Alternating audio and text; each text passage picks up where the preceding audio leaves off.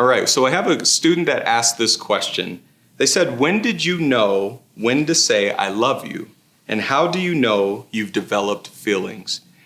In answering this question, obviously we have a student who's asking a spiritual leader some questions deep about a relationship, and maybe you're in a dating relationship that you feel like is getting more serious, and you're considering how do I express verbally my love towards this person.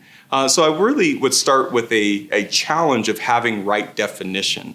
And knowing that in our English language, we use the word love kind of interchangeably, from food I like to things I like to do to a person that I want to spend my life with. And we just have the one word for that word love. But knowing that in the Bible, especially in the New Testament, it's written in the Koine Greek, or the common Greek language of the day in which it was written. And there are actually, in that time frame, there were 4 key words that were used to describe love. So our one English word had 4 separate words with kind of separate definitions. One, just brief overview, one was eros. And eros is kind of speaking of a romantic love, or even as the word projects, that erotic, it's kind of more of this lustful idea and thought. It speaks towards passion. And many times in relationship, when we say the words, I love you, unfortunately, we're more expressing that passionate, romantic, erotic type of love than we are this true love of God, which will be the final word I get to. Another word we have for love, or that we see in the Greek language, is the word storge, which speaks to an affection type love, which again, you could see in relationships. One of the things we desire is that affection, that attention. And so there's this affectionate love, which isn't wrong or bad type of love. But again, when you think of when is it right to say I love you, to really have that right understanding of God's love, because we're going to answer this from a biblical perspective. There's another word for love, which is phileo, which speaks to a friendly love or a brotherly love. You think of the city of Philadelphia, why it's known as the city of brotherly love. Well, they get their root word from that word phileo, which kind of speaks to a deep friendship or a brotherhood.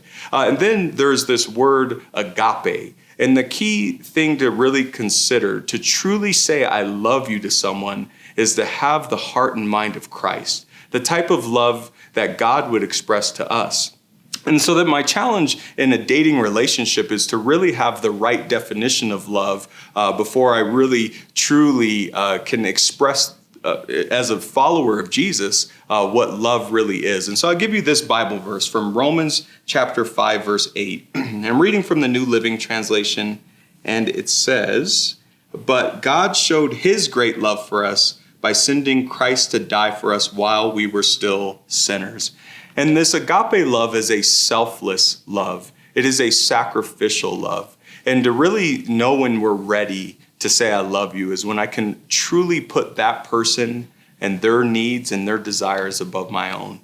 So there's a challenge in the seriousness of relationship that we would be patient in love. The book of Song of Solomon, which speaks towards a romantic love, uses the phrase often, let us not arouse or awaken love before it's time. And it speaks towards that romantic love. And so just being cautious in that area of your life to really develop that supernatural agape love of God. So that would be some of the instruction I'd give in that question. Thanks for asking.